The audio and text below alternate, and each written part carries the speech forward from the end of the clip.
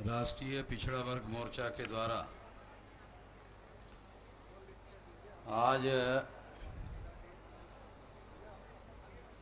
राष्ट्रीय स्तर का प्रथम राष्ट्रीय स्तर का अधिवेशन हो रहा है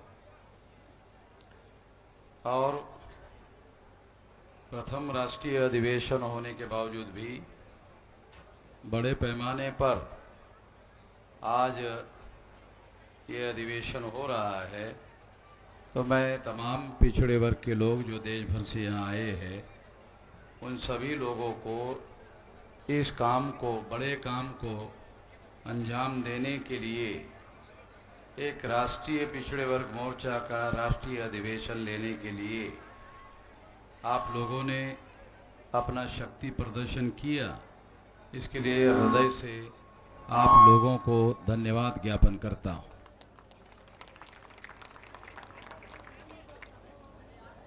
पिछड़े वर्ग के जो लोग हैं भारत में, वो ब्राह्मणों की ताकत बढ़ाने में लगे हुए हैं। बैठ जाओ, बैठ जाओ, बैठ जाओ। अभी आपस में बातचीत मत करो।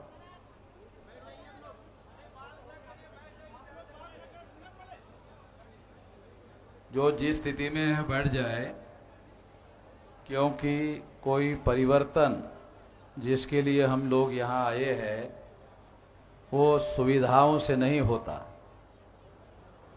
सुविधा से बड़ा परिवर्तन नहीं होता है। हम लोगों को कुछ असुविधाएं झेलनी होगी, तब जाकर परिवर्तन होगा। अगर कोई औरत माँ बनना चाहती है तो उसको बच्चा पैदा करने का दुख झेलना होगा। अगर वो दुख झेलना नहीं चाहती है तो वो माँ नहीं बन सकती। औरत तो रहेगी मगर माँ नहीं बन सकती। तो हम जो परिवर्तन चाहते हैं उस परिवर्तन के लिए हमें सुविधाओं से परिवर्तन कर लेंगे, ऐसा नहीं होगा। जो भी असुविधाएं है उसके तहत रहकर हम लोगों को परिवर्तन करने का हुनर अपने अंदर सीखना होगा और उसकी तैयारी करनी होगी। साथियों, 2 सत्र में आज का ये पिछड़े वर्ग का राष्ट्रीय अधिवेशन है। साथियों, इस देश में अंग्रेजों ने हिंदू मुसलमान 2 टुकड़ों में हम लोगों को बांटा था। ब्राह्मण अंग्रेजों से थोड़ा महान लोग हैं। अंग्रेजों से वो कम नहीं है, महान है। अंग्रेजों ने हिंदू मुसलमान 2 टुकड़ों में बांटा था। ब्राह्मणों ने हम लोगों को 6247 जाति के टुकड़ों में बांटा। तो अंग्रेजों से ब्राह्मण बहुत महान है, बहुत 3000 गुना महान है। 2 से भागाकार करो 6247 को, तो 3000 से भी ज्यादा गुना जो है वो ब्राह्मण अंग्रेज से ज्यादा महान है। और उन ब्राह्मणों ने शेड्यूल कास्ट की 1703 जाति के टुकड़े बनाए।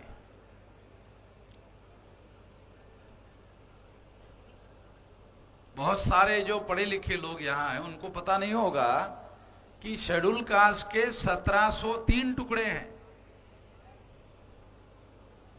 ऑल इंडिया में, और आदिवासियों के 801 टुकड़े हैं, और पिछड़े वर्ग के 3743 टुकड़े हैं। तो सबसे ज्यादा टुकड़े ब्राह्मणों ने पिछड़े वर्ग के किए। पिछड़े वर्ग के टुकड़े 3743 जाति के। आज देश का प्रधानमंत्री नरेंद्र मोदी पिछड़े वर्ग का है। आरएसएस ने उसको प्रधानमंत्री के तौर पर नॉमिनेट किया। ये अपने से बना हुआ प्रधानमंत्री नहीं है। अडवाणी का और नरेंद्र मोदी का प्रधानमंत्री पद के लिए झगड़ा हुआ था और इस झगड़े में आरएसएस ने नरेंद्र मोदी का समर्थन किया और नरेंद्र मोदी को घोषित किया, तो अडवाणी जो है विजनवास में चले गए। तो अभी नरेंद्र मोदी को आरएसएस के ब्राह्मणों ने नॉमिनेट किया हुआ है। अंग्रेजी का शब्द है नॉमिनेट करना, उसको हिंदी में कहते हैं नॉमिनेशन को नामधारी। ये नामधारी प्रधानमंत्री है। आरएसएस का नॉमिनेट किया हुआ है, नामधारी प्रधानमंत्री है। प्रधानमंत्री है, प्रधानमंत्री का पद भी है। आरएसएस ने नरेंद्र मोदी को पावर नहीं दिया, पद दिया। नरेंद्र मोदी को प्रधानमंत्री का पद दिया, पावर नहीं दिया। इसलिए 52% ओबीसी का प्रधानमंत्री है ऐसे कहा जाता है। आरएसएस के लोग प्रचार भी करते हैं, मगर उसको प्रधानमंत्री बनाया, पावर नहीं दिया। अगर बल्ब को आप पावर का बटन मत जलाओ तो बल्ब जलता है? नहीं जलता ना, ऐसे ही है। ये जो बल्ब है उसको पावर, आरएसएस ने पावर का बटन नहीं दबाया, पावर नहीं दिया। इसका सबूत क्या है? तो पिछड़े वर्ग का प्रधानमंत्री है, मगर पिछड़े वर्ग की जाति आधारित गिनती करने के लिए तैयार नहीं है। सुप्रीम कोर्ट में हलफनामा दाखिल कर दिया। ये डॉक्यूमेंट्री एविडेंस है कि नरेंद्र मोदी को प्रधानमंत्री का पद दिया गया, पावर नहीं। पावर होता तो फैसला करता, पावर ही नहीं है फैसला करने का। मगर पिछड़े वर्ग के जो लोग हैं वो पद से ही खुश है। समझ रहे हैं? तो पिछड़े वर्ग के लोग यहां बैठे हैं ना, इसीलिए मैं थोड़ा उनको दुख लगना चाहिए, इसीलिए बोल रहा हूं।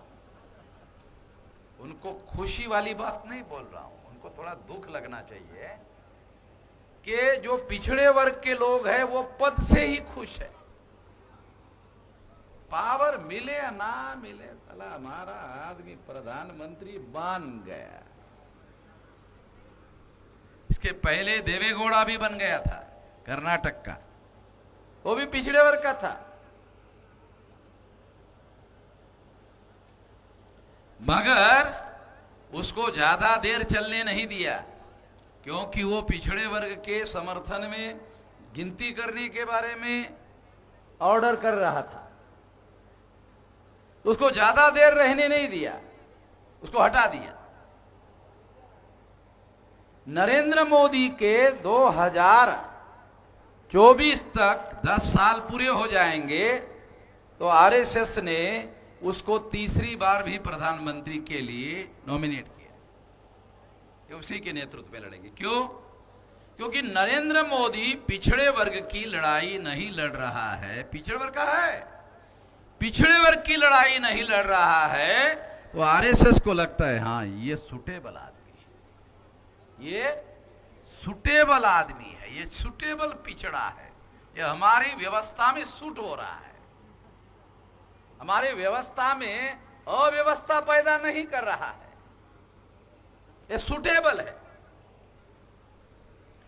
तो प्रधानमंत्री पद के लिए पिछड़े वर्ग के लोग खुश है कि हमारा आदमी प्रधानमंत्री हो गया।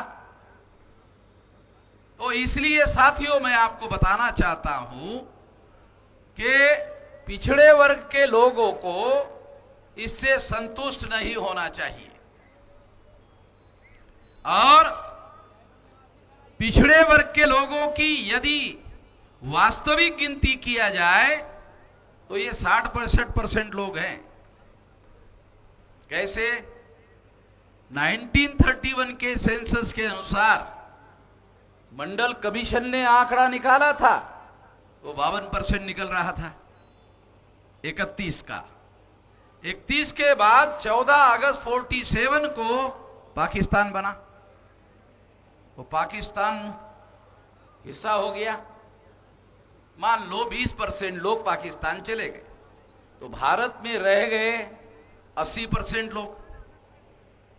तो परसेंटेज 80 में नहीं निकाला जाता। परसेंटेज निकालने के लिए 100 का मानक आंकड़ा बनाना पड़ता है, तब जाकर परसेंटेज निकाला जाता है। तो हम 80 को 100 बना लेते हैं।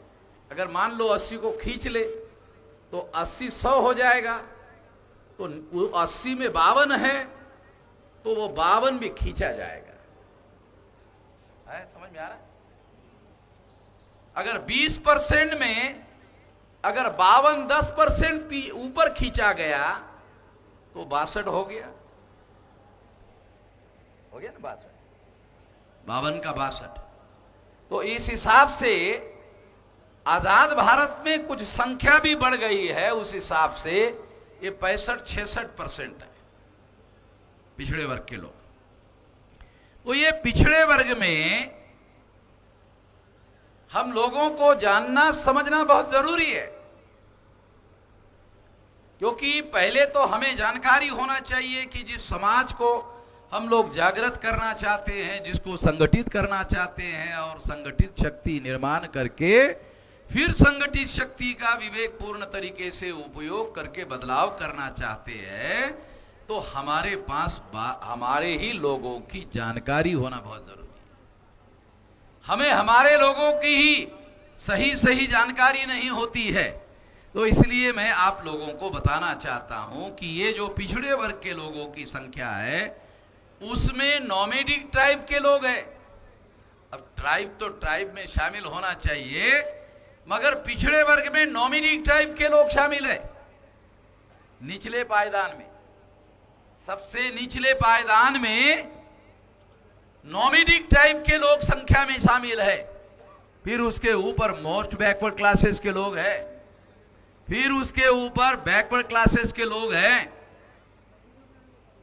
और इन लोगों से कन्वर्टेड मुसलमान हैं, सिख है, ईसाई है, बुद्धिस्ट है, जैन है, लिंगायत है, ये सारे हैं बैकवर्ड क्लासेस में। हमें जानकारी होनी चाहिए ये सारे लोग हमारे बैकवर्ड क्लासेस से संबंधित हैं। और इतने लोगों को जगाने का, इतने लोगों को जोड़ने का और जोड़कर शक्ति बनाने का और फिर शक्ति का उपयोग और प्रयोग करने का मामला है। अगर हमारे पास जानकारी ही नहीं है तो फिर ये काम हम नहीं कर सकते। हमें जानकारी पहले होना चाहिए, इसलिए ये बात मैं साथियों आप लोगों को बता रहा था। दूसरी बात मैं आप लोगों को बताना चाहता हूं, उसको भी जानना और समझना बहुत जरूरी है। ये बहुत हिस्टोरिकल बात है और इतिहास से संबंधित बात है, मगर ये पिछड़े वर्ग के लोगों को जानना समझना बहुत जरूरी है। आप में से बहुसंख्यक लोगों को इस बात की जानकारी नहीं होगी कि शेड्यूल कास्ट और शेड्यूल ट्राइब के 131 मेंबर पार्लियामेंट में चुनकर जाते हैं। 131 इतने लोग चुनकर जाते हैं। 22.5% 1952 से चुनकर जा रहे हैं। अभी वो आंकड़ा 131 हो गया। 1950 से आगे आज तक केंद्र में जितनी सरकारें बनी, शेड्यूल कास्ट और शेड्यूल ट्राइब के सपोर्ट के बगैर एक भी सरकार नहीं बनी। नरेंद्र मोदी की सरकार भी नहीं बनी, जवाहरलाल नेहरू की सरकार भी नहीं बनी, इंदिरा गांधी की सरकार भी नहीं बनी, राजीव गांधी की सरकार भी नहीं बनी, अटल बिहारी वाजपेयी की भी सरकार नहीं बनी। नरेंद्र मोदी को जो 303 लोकसभा की सीटें अभी चुनकर आई है, उसमें 76 शेड्यूल कास्ट शेड्यूल ट्राइब के लोग हैं। अगर वो माइनस कर दो तो नरेंद्र मोदी भरभरा के गिर जाएगा, मुंह के बल गिर जाएगा। 303 में से 76 निकाल दो तो 24 और 3 27, 227 रहेंगे। सिंपल मेजॉरिटी के लिए 272 चाहिए, तो केवल 227 रहेंगे, सरकार गिर जाएगी, सिंपल मेजॉरिटी भी नहीं रहेगी। तो ये आंकड़े का बैकग्राउंड थोड़ा बैकवर्ड क्लासेस से रिलेटेड है, इसलिए बता रहा हूं कि बाबा साहब अंबेडकर ने जब राउंड टेबल कॉन्फ्रेंस में अंग्रेजों के साथ संघर्ष किया, लड़ाई की और कहा कि शेड्यूल कास्ट और शेड्यूल ट्राइब के लोगों को उनके संख्या के अनुपात में सेपरेट इलेक्टोरेट मिलना चाहिए, तो 17 अगस्त 1932 को शेड्यूल कास्ट और शेड्यूल ट्राइब के लोगों को सेपरेट इलेक्टोरेट का अधिकार बहाल किया गया। सेपरेट इलेक्टोरेट, इसमें दो शब्द है, एक सेपरेट है, एक इलेक्टोरेट। सेपरेट जो शब्द है, किससे सेपरेट? ब्राह्मणों से सेपरेट। सेपरेट अर्थ का हिंदी में क्या अर्थ है? अलग, ब्राह्मण से अलग। ब्राह्मण से अलग का एक अर्थ यह है कि जो लोग ब्राह्मण के गुलाम हैं, 17 अगस्त 1932 को ब्राह्मण से अलग करके ब्राह्मण के नियंत्रण से उनको मुक्त कर दिया गया। अब शेड्यूल कास्ट के लोग, शेड्यूल ट्राइब के लोग अपना कैंडिडेट खुद अपने वोटों से चुन सकेंगे। शेड्यूल कास्ट के और शेड्यूल ट्राइब के लोग अपने वोटों से अपना प्रतिनिधि चुनेंगे और ब्राह्मण का इसमें किसी प्रकार का कोई दखल नहीं होगा। इसलिए मैं इसको कहता हूं 17 अगस्त 1932 को शेड्यूल कास्ट के, शेड्यूल ट्राइब के लोग ब्राह्मणों के गुलामी से आजाद हो गए।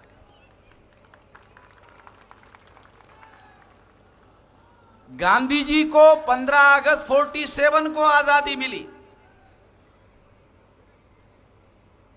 दूसरी और एक बात बता रहा हूं कि गांधी जी को 15 अगस्त 47 को आजादी मिली और शेड्यूल कास्ट और शेड्यूल ट्राइब के लोगों को 17 अगस्त 1932 को, क्योंकि उन्होंने ब्राह्मणों से सेपरेट करने में आजादी हासिल की। क्योंकि बाबा साहब अंबेडकर, ज्योतिराव फुले, शाहू महाराज इस बात को मानते थे कि ये जो कांग्रेस का आंदोलन चल रहा है, ये आंदोलन हमारे आजादी का आंदोलन नहीं है। हमारा आंदोलन अंग्रेजों के गुलामी से आजादी का आंदोलन नहीं है, हमारा आंदोलन ब्राह्मणों के गुलामी से आजादी का आंदोलन है। तो 17 अगस्त 1932 को बाबा साहब Ambedkar schedule caste, schedule tribe के लोगों को ब्राह्मणों के गुलामी से आजादी हासिल करने में कामयाब हो गए। यह इतिहास सेपरेट इलेक्टोरेट का। जब शेड्यूल कास्ट और शेड्यूल ट्राइब के लोग ब्राह्मणों के गुलामी से आजाद हो गए, तो गांधी जी ने कहा मुझे मंजूर नहीं है, इनकी आजादी मुझे मंजूर नहीं है। मैं केवल अंग्रेजों के गुलामी से आजादी ही मुझे मंजूर है, ब्राह्मणों के गुलामी से आजादी मंजूर नहीं है। गांधी जी ने इसके विरोध में आमरण अनशन किया। मुझे नहीं लगता बैकवर्ड क्लास के लोगों को यह जानकारी है। बहुत पुराना 2000 साल का इतिहास नहीं बता रहा हूं, 17 अगस्त 1932 का। तो कितना साल हो गया? 100 तो पूरा नहीं हुआ अभी है? 2032 में होगा तो 10 साल और कम है, 90 ही साल हो रहा है। पुराना इतिहास नहीं बता रहे, अभी का मालूम नहीं, साला पुराना कहां से मालूम होगा? अभी का ही हम लोगों को पता नहीं चल रहा है। तो जब गांधी जी ने शेड्यूल कास्ट और शेड्यूल ट्राइब के सेपरेट इलेक्टेड अर्थात ब्राह्मणों के गुलामी से आजादी बात का विरोध किया, उसके विरोध में आमरण अनशन किया, जब आमरण अनशन किया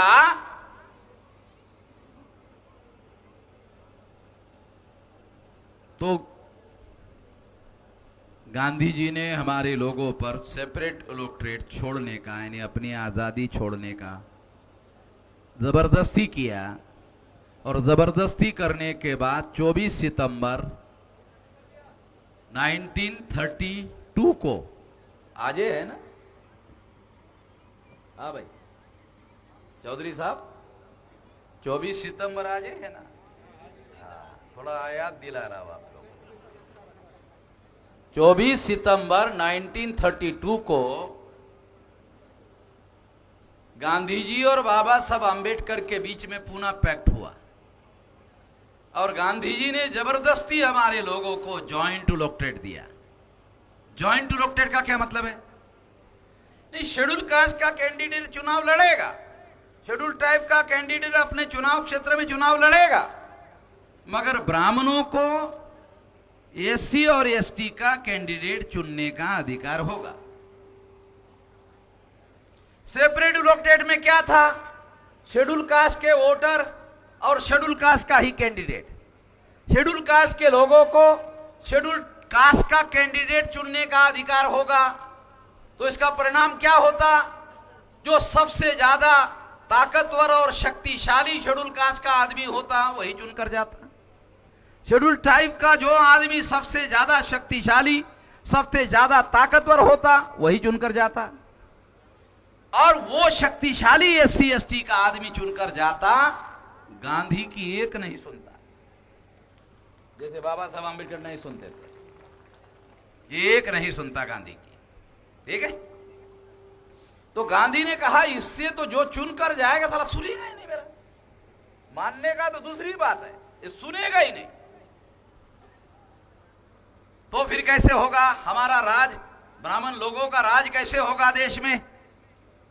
इसलिए गांधी जी ने जब आमरण अनशन शुरू किया इसके विरोध में, ये अधिकार छीनने के विरोध में जब आंदोलन शुरू किया, तो बैकवर्ड क्लासेस के लोगों ने गांधी जी का साथ दिया। ये बैकवर्ड क्लास के अधिवेशन में ये बात आप लोगों को बता रहा हूं। शेड्यूल कास्ट के, शेड्यूल ट्राइब के अधिकारों को छीनने के लिए गांधी जी ने जो उपवास किया था, आमरण अनशन किया था, उसको बैकवर्ड क्लास के लोगों ने साथ और सहयोग दिया, जानबूझकर सहयोग दिया। ऐसा नहीं कह रहा, ऐसा नहीं कह रहा, सहयोग दिया। गांधी और कांग्रेस के लोगों ने बैकवर्ड क्लासेस के लोगों का इस्तेमाल किया, समर्थन दिया। गांधी को बाबा साहब आम्बेडकर ने उस समय समर्थन करने वाले बैकवर्ड क्लासेस के लोगों को बुलाया। अरे मेरा विरोध क्यों कर रहे हो? है? मेरा विरोध क्यों कर रहे हो? तुमको अगर कोई, जैसे सेपरेट इलेक्टेड एससी एसटी के लिए मैंने हासिल किया, तुम गांधी जी को मांगो सेपरेट इलेक्टोरेट, मैं तुम्हारा समर्थन करता हूं, तुम मेरा समर्थन करो, मैं तुम्हारा समर्थन करता हूं, तुम मेरा समर्थन करो। बैकवर्ड क्लास के लोगों ने बाबा साहब की बात को नहीं माना और उन्होंने गांधी जी की बात को माना। परिणामता क्या हुआ?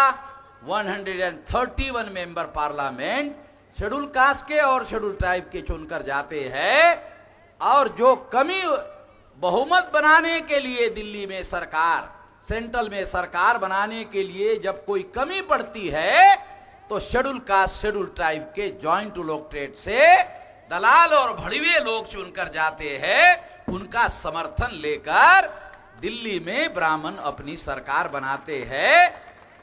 चाहे कांग्रेस के ब्राह्मण हो, चाहे बीजेपी के ब्राह्मण हो, अपनी सरकार बनाते हैं। शेड्यूल कास्ट के दलालों और शेड्यूल ट्राइब के दलालों और भड़वों का समर्थन लेकर दिल्ली में सरकार बनाते हैं। और सरकार बनाने के बाद क्या करते हैं? बैकवर्ड क्लासेस की गिनती नहीं होगी। आ रहा, समझ में आ रहा थोड़ा? है? देखा इतिहास में कैसा परिणाम कैसा होता है, किसी को पता नहीं है, मेरे को पता है, अकेले आप लोगों को बता रहा हूं। शेड्यूल कास्ट के, शेड्यूल ट्राइब के अगर सेपरेट इलेक्टोरेट में गांधी और ब्राह्मणों की ना सुनने वाले लोग अगर चुनकर जाते तो आजाद भारत में जो पहली सरकार बनती वो शेड्यूल कास्ट और शेड्यूल ट्राइब के समर्थन से बनती। तो बैकवर्ड क्लासेस का निर्णय पहले लोकसभा में जातीय आधारित गिनती का बनता और ओबीसी को रिजर्वेशन भी लागू हो गया होता अब तक, क्योंकि तो बाबा साहब अम्बेडकर लड़ रहे थे।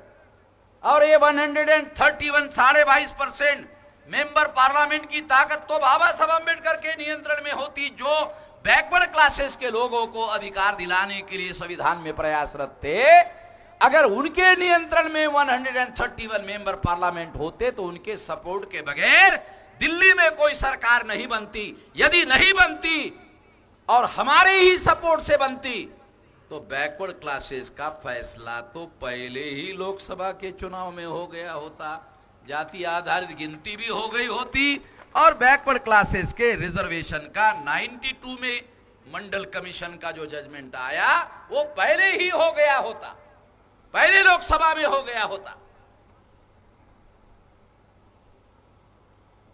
बैकवर्ड क्लास के लोगों ने गांधी जी का 17 अगस्त 1932 के बाद जो आमरण अनशन था, वो आमरण अनशन का अगर बैकवर्ड क्लास की ने समर्थन नहीं किया होता तो बाबा साहब अम्बेडकर जीत गए होते। तो बैकवर्ड क्लास के लोगों ने गांधी जी का समर्थन किया, गांधी जी की बात मानी गई, परिणाम था बैकवर्ड क्लास के साथ आजाद भारत में धोखा हुआ। ये इतिहास आज इसलिए बता रहा हूं कि अब भविष्य में ये गलती दोबारा नहीं करना है, इसीलिए बता रहा हूं, इसीलिए आप लोगों को समझा रहा हूं कि ये गलती दोबारा नहीं होनी चाहिए। दूसरी बात, ये गलती रोकने का तरीका क्या है? ये गलती रोकने का तरीका है अपना संगठन बनना चाहिए, बैकवर्डों का संगठन होना चाहिए। आजाद भारत में ये शायद पहला संगठन है जो राष्ट्रीय स्तर का अपने बलबूते पर बन रहा है। ये कैडर बेस ऑर्गेनाइजेशन है। बामसेप में जितनी शाखा होगी 567 31 स्टेट में, जितने स्टेट में बामसेप होगा उतने स्टेट में बैकवर्ड क्लास का संगठन होगा। और ये पहला कैडर बेस ऑर्गेनाइजेशन है बैकवर्ड का। संगठन तो दूर की बात है, बैकवर्ड क्लासेस को कैडर बेस किसको कहते यही पता नहीं है। संगठन बहुत दूर की बात है, ये कैडर बेस ऑर्गेनाइजेशन है। किसी मकसद के लिए, किसी विचारधारा के लिए, किसी खास कार्यक्रम के लिए बनाया जा रहा है। और ऐसा बनाने के लिए बामसेप के द्वारा राष्ट्रीय पिछड़ा वर्ग मोर्चा को पूरी ताकत दी जाएगी। सारे देश भर में पूरी की पूरी ताकत दी जाएगी। ये पहला अधिवेशन है। दूसरा अधिवेशन में आप आ जाना तो 5 गुना बड़ा होगा, 5 गुना बड़ा। ज्यादा समय 1 साल में 5 गुना बड़ा होगा। मैंने आते ही पूछा कि ये छोटा पंडाल यार 52% लोगों का, इतना तो मेरा जिले वाले का रहता है? मैं जब लेता हूं ना यूपी में जिले का तो ये इतना रहता है। ये राष्ट्रीय स्तर का अधिवेशन जो है वह बिल्डिंग तक होना चाहिए था। तो बनाने वाला कमजोर पड़ गया है, ऐसा कि बरसात आ रही थी और मैंने पूछा वो भी बैकवर्ड का था, वो भी बैकवर्ड का था। बैकवर्ड का ही आदमी बैकवर्ड का पंडाल बनाने के लिए कि बरसात आ रही थी इसलिए नहीं बना पाया। मट्टी का ढेला था, है? मट्टी का ढेला था जो पानी आने से कमजोर पड़ रहा था। किसान खेती में फसल उगाता है तो उसके सारे कपड़े तो गीले हो जाते ना भाई, है? मैं तो किसान का बेटा हूं इसलिए जानता हूं ना। तो इसलिए आप लोगों को यह बात मैं समझा रहा हूं कि अपने बल पर संगठन का निर्माण करना होगा और कैडर बेस ऑर्गेनाइजेशन करना होगा और केवल उत्तर प्रदेश का नहीं बनाना होगा, राष्ट्रीय स्तर का संगठन बनाना होगा। और ऐसा जब आप करोगे तो फिर अपने बल पर हर काम करने लायक हो जाओगे। ऐसा करने के लिए ये प्रयास है, ये कोशिश है। और इस कोशिश में हम लोग बामसेव के द्वारा हर प्रकार का आप लोगों को साथ सहयोग दिया जाएगा, हर संभव साथ सहयोग दिया जाएगा, सारे देश भर में दिया जाएगा। और बैकवर्ड क्लासेस को एक काम से अपने आप को दूर रखना होगा। या तो आप बैकवर्ड हो सकते हो या तो आप हिंदू हो सकते, दोनों एक साथ नहीं हो सकते। ध्यान रखो। थोड़ा सा आप लोगों का इतिहास बताता हूं, ओरिजिनल इतिहास पता नहीं हमारे लोगों को, ओरिजिनल बताता हूं। सिंधु घाटी की सभ्यता जब यहां इस देश में बनाई गई, कोई ब्राह्मण नहीं था, कोई ब्राह्मण नहीं था। तो उसके 1400-1500 साल बाद आए, सिंधु घाटी सभ्यता का विकास हुआ। उसके 1400-1500 साल बाद ब्राह्मण यूरेशिया से भारत में आए। उसके दरमियान आप देखेंगे कि इस देश में एक और लहर चलती है बुद्ध की, एक लहर चलती है महावीर की। ये दोनों के दोनों जो है मूल निवासी लोग हैं। और इसमें सबसे बड़ी लहर जो है वो बुद्ध की चलती है। इस प्रक्रिया में एक महत्वपूर्ण बात मैं आप लोगों को बताना चाहता हूं कि हम एक शब्द प्रयोग करते हैं मूल निवासी, हम एक शब्द प्रयोग करते हैं मूल निवासी। ये मूल निवासी में ये लोग है कौन? तो इतिहास के गहराई में जाने के बाद पता चला ये नाग लोग हैं।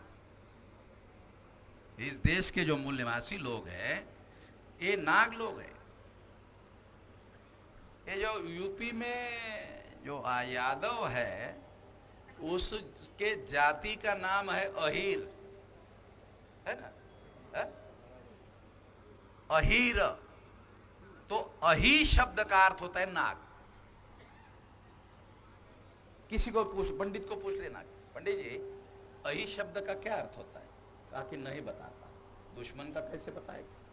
सबसे ज्यादा कट्टर दुश्मन जो था ये ब्राह्मण का नाग लोग होता। तो नागों का और ब्राह्मणों का संघर्ष भारत में। फिर उसके बाद इस देश के मूल निवासी जो है वो बाय रिलीजन बुद्धिस्ट लोग थे। फिर सम्राट बृहदत्त मौर्य जो आखिरी राजा था, पुष्यमित्र शुंग नाम के ब्राह्मण ने मारा। बहुत ब्रीफ में बता रहा। पुष्यमित्र शुंग नाम के ब्राह्मण ने सम्राट बृहदत्त मौर्य, चंद्रगुप्त मौर्य के खानदान का आखिरी राजा सम्राट बृहदत्त मौर्य की हत्या की। हत्या करने के बाद पुष्यमित्र शुंग नाम का ब्राह्मण जो है वो राजा बना। ये ब्राह्मण का राज शुरू हो गया।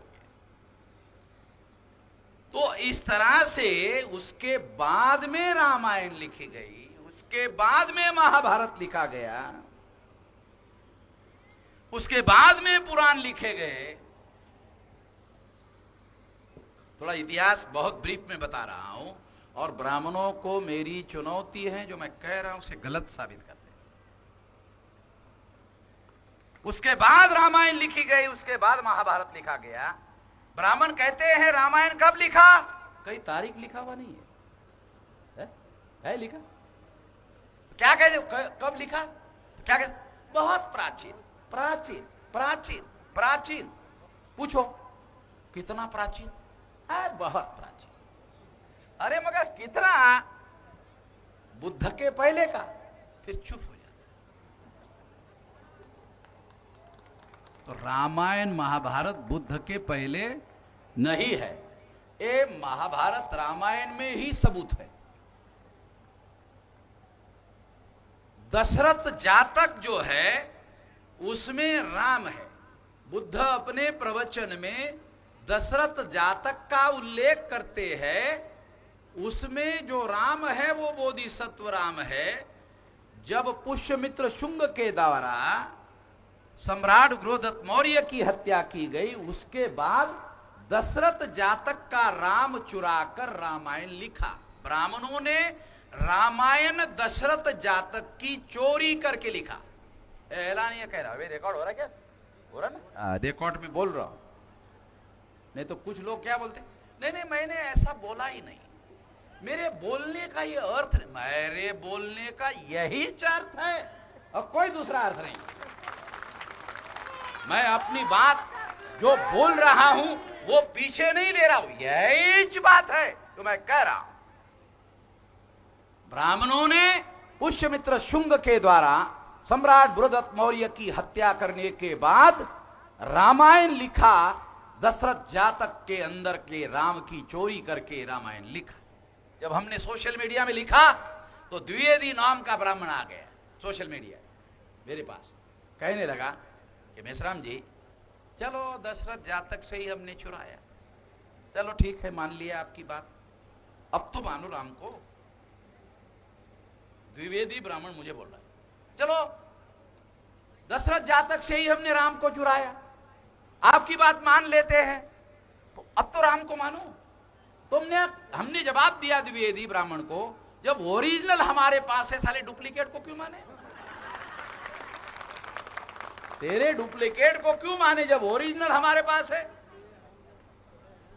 समझ में आया?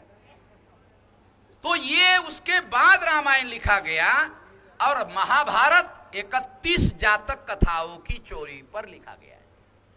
रामायण छोटा है ना, एक जातक कथा की चोरी किया। महाभारत बड़ा है, 31 जातक कथाओं की चोरी करके महाभारत लिखा। एक संख्या के आधार पर, सबूतों के आधार पर बोल रहा हूं, 31 जातक कथाओं की चोरी करके महाभारत लिखा। और ब्राह्मणों को चुनौती है, जो मैं कह रहा हूं उसे गलत साबित कर दे। वो चर्चा ही नहीं करता, बोलता इसकी चर्चा करेंगे तो फिर वामन मेश्राम की मानना पड़ेगा। वो चर्चा ही नहीं करता, चर्चा करेगा तो सही गलत मानना पड़ेगा, वो चर्चा ही नहीं करता है। तो मैं आपको हमारा इतिहास समझा रहा हूं। तो इस तरह से इन लोगों ने, ये जो रामायण महाभारत है, ये हमारे पुरखों की हत्या के बाद लिखा हुआ सारा मामला है। ये प्राचीन नहीं है, ये हमारा इतिहास प्राचीन है। और वो दबाने के लिए, खत्म करने के लिए प्राचीन भारत में नाग वर्सेस ब्राह्मणों की लड़ाई थी, बाद में ब्राह्मणिज्म वर्सेस बुद्धिज्म की लड़ाई थी। ब्राह्मणिज्म और बुद्धिज्म की लड़ाई 7वीं शताब्दी तक चल रहा था। लड़ाई 7वीं से और 12-13वीं शताब्दी तक चल रहा था। जब मुसलमानों का भारत में आगमन हुआ तो फिर ब्राह्मणों ने हिंदू मुसलमान का मामला खड़ा कर दिया। तो फिर हिंदू मुसलमान का मामला खड़ा हो गया और ब्राह्मणिज्म वर्सेस बुद्धिज्म की लड़ाई गायब कर दिया। आज भी SC ST OBC के लोगों को ब्राह्मण हिंदू तो कहते हैं मगर अधिकार देने के लिए तैयार नहीं। जो SC ST OBC का आदमी बीजेपी में है, अगर उसने SC ST OBC या OBC की बात की तो बीजेपी के अंदर वाले ब्राह्मण क्या कहते हैं? अरे तुम बीजेपी में हो, तुमको हिंदू की बात करनी चाहिए, बैकवर्ड की बात नहीं करनी चाहिए। बीजेपी के अंदर जो भी बैकवर्ड जाएगा तो बीजेपी वाले ब्राह्मण उसको क्या कहते हैं? अरे तुम बैकवर्ड की बात बीजेपी में आकर कर रहे हो, हिंदू क्यों करो, हिंदू की करो, हिंदू की करो। अब जैसे ही बैकवर्ड हिंदू की बोलना शुरू हो जाता है, बैकवर्ड का मामला हवा में उड़ जाता है, खत्म ही हो जाता है। तो हिंदू की बात करने का मतलब है बैकवर्ड के अधिकार को पूरी तरह से नकार देने का मामला है। ये बात बैकवर्ड क्लास के लोगों को समझना होगा। ये समझाने के लिए बता रहा हूं, बैकवर्ड एक साथ दो नहीं हो सकता है। तो हिंदू हो सकता है तो बैकवर्ड हो सकता है। तो आपको फैसला करना होगा, या तो बैकवर्ड बनो या तो हिंदू बनो। आपको बैकवर्ड बनेंगे तो अधिकार मिलेगा 52%। और बाबा साहब ने वोट का अधिकार जो दे दिया उसके अनुसार तो बैकवर्ड भारत का शासक वर्ग है। बैकवर्ड के लोगों को पता नहीं समझ में आ रहा कि नहीं आ रहा? आ रहा? चलो ठीक है, ठीक है, बहुत अच्छा है। समझ में आ रहा तो बहुत अच्छा बात है।